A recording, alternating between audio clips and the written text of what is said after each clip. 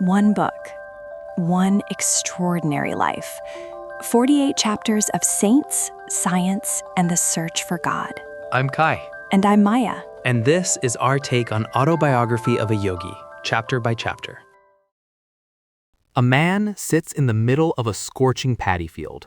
Short, slight, physically unimpressive, save for an extraordinary pair of piercing dark eyes.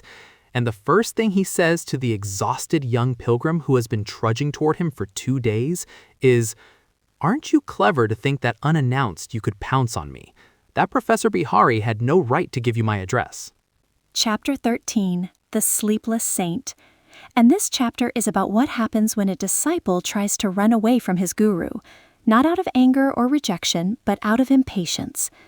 Mukunda is 6 months into his training with Sri Yukteswar, juggling hermitage duties and college studies, and he decides he'd be better off meditating alone in a Himalayan cave. And here's the thing, Yogananda is honest about it. He calls it one of the unpredictable delusions which occasionally assail the devotee. He knows, looking back, that it was a kind of spiritual restlessness, but in the moment it felt like the most reasonable thing in the world.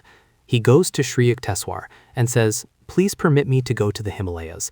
I hope in unbroken solitude to achieve continuous divine communion." And Sri Yukteswar's answer comes slowly and simply. Many hillmen live in the Himalayas, yet possess no God perception. Wisdom is better sought from a man of realization than from an inert mountain. That's it. No elaborate argument, just a quiet observation that geography doesn't produce enlightenment. And Mukunda ignores the plain hint that he, and not a hill, is the teacher. He repeats his plea. Sri Yukteswar vouchsafes no reply. And Mukunda takes his silence for consent, a precarious interpretation, readily accepted at one's convenience. He's reading what he wants to read into his guru's silence. I mean, we've all done that, right? Interpreted someone's silence as agreement because that's what we needed it to be? That evening, he goes to his Calcutta home and packs a bundle, tying a few articles inside a blanket. And he remembers doing the same thing years earlier, dropping a similar bundle from his attic window during that earlier ill-starred flight toward the Himalayas. But this time, his spiritual elation is lower. The first time, his excitement had been high. Tonight, conscience smites him heavily at thought of leaving his guru. Something in him knows this is wrong. But the next morning, instead of heading north, he goes looking for a sanction. He seeks out Bihari Pandit, his Sanskrit professor at Scottish Church College, and asks about a great disciple of Lahiri Mahasaya, and Bihari tells him about Ram Gopal Muzumdar. "I call him the sleepless saint. He is always awake in an ecstatic consciousness. His home is at Ranbajpur, near Tarakeswar." Mukunda hopes that getting Ram Gopal's blessing will somehow justify leaving Sri Yukteswar. So he takes a train to Tarakeswar, a famous shrine that Hindus regard with the same veneration that Catholics give to the sanctuary at Lourdes. Innumerable healing miracles have occurred there. Even Mukunda's own family has a connection.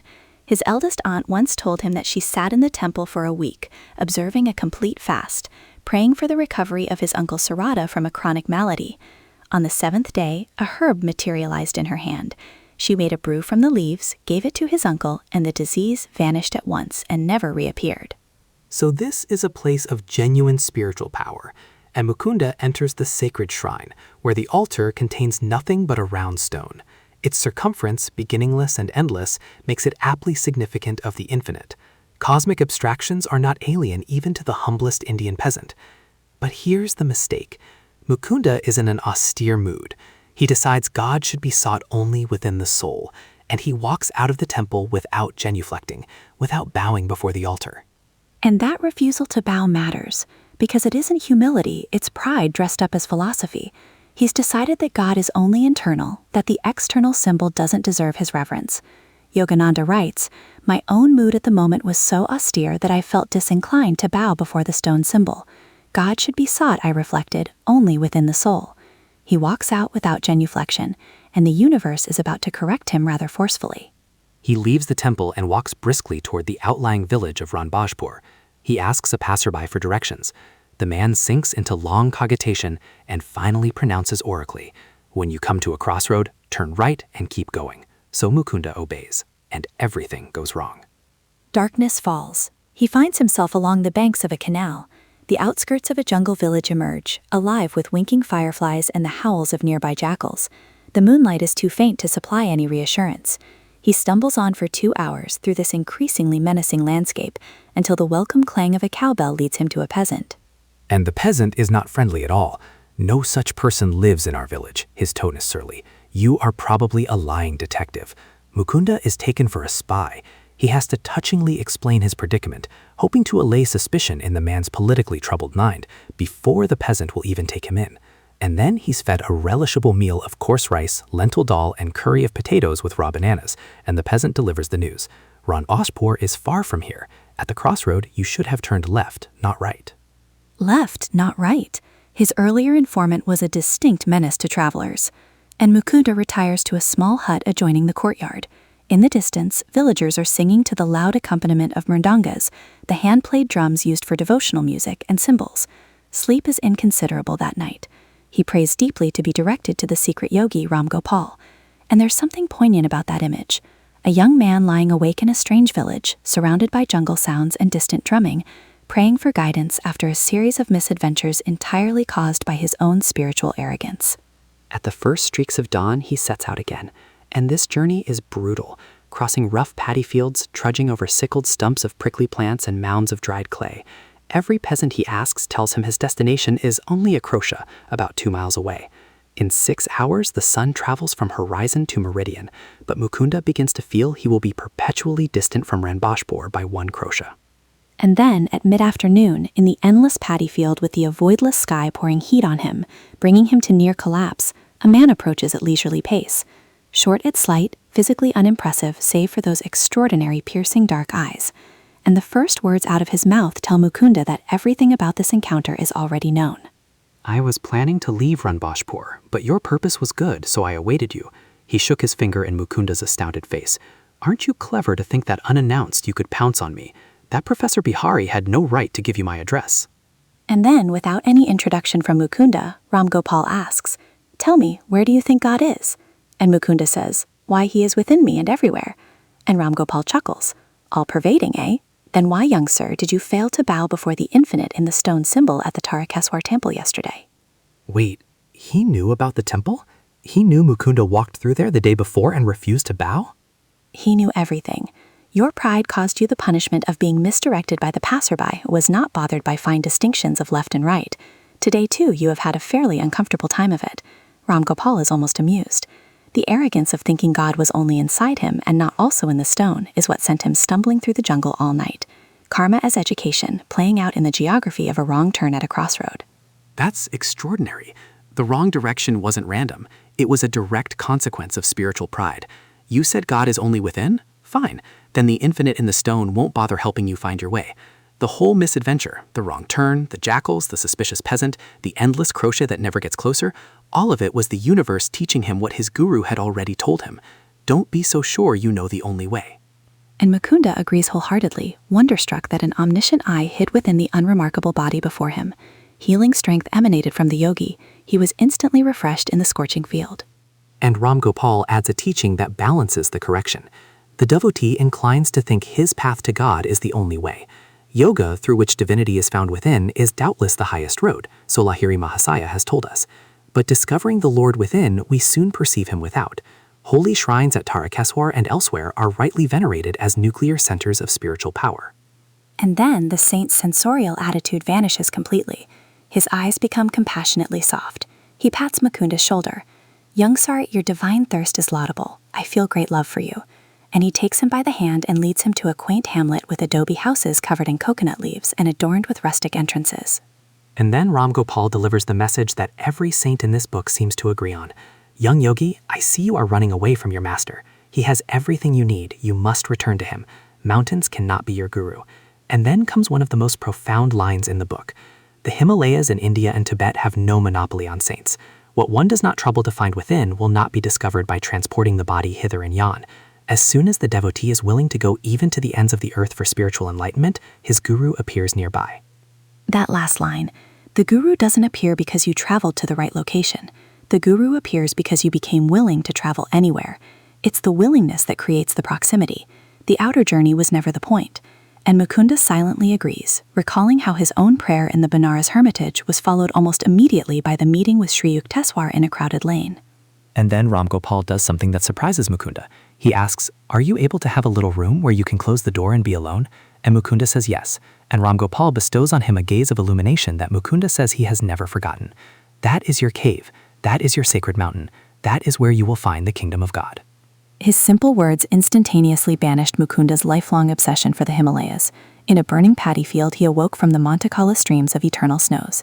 You don't need a cave in the mountains. You need a room with a closed door and the will to sit still. And then Ram Gopal seats him on the bamboo platform of his small cottage, gives him sweetened lime juice and a piece of rock candy, and enters his patio to assume the lotus posture. In about 4 hours, Mukunda opens his meditative eyes and sees the moonlit figure of the yogi still motionless.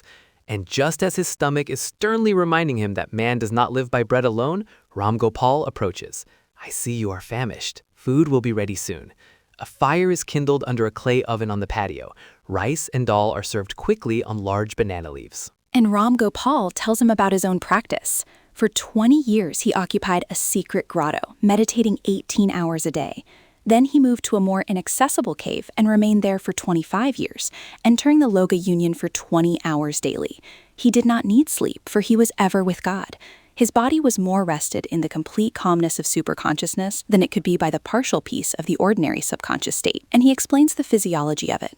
The muscles relax during sleep, but the heart, lungs, and circulatory system are constantly at work. They get no rest. In superconsciousness, the internal organs remain in a state of suspended animation, electrified by the cosmic energy. By such means, I have found it unnecessary to sleep for years. The time will come when you too will dispense with sleep. So it's not a metaphor, it's a biological claim. In the deepest states of meditation, the body achieves a rest more complete than sleep can provide, because even the involuntary systems go quiet. And Mukunda asks Ram Gopal for a samadhi experience, and the saint declines gently. "Dear one, I would be glad to convey the divine contact, but it is not my place to do so. Your master will bestow that experience shortly. Your body is not tuned just yet. As a small lamp cannot withstand excessive electrical voltage, so your nerves are unready for the cosmic current. If I gave you the infinite ecstasy right now, you would burn as if every cell were on fire." That tells you something crucial about samadhi. It's not just a mental state, it's a physical event. The body has to be prepared to receive it. Like plugging a 100-watt appliance into a 1,000,000-volt current. The circuitry matters. And Ram Gopal is essentially saying, your guru knows when you're ready. I don't. And then he adds something so humble it's startling. You are asking illumination from me, while I am wondering, inconsiderable as I am, and with the little meditation I have done, if I have succeeded in pleasing God, and what worth I may find in his eyes at the final reckoning. Wait, the little meditation he's done? He meditated for 45 years, 18 to 20 hours a day, and he calls it the little meditation I have done? That's real humility. Not performed, not displayed.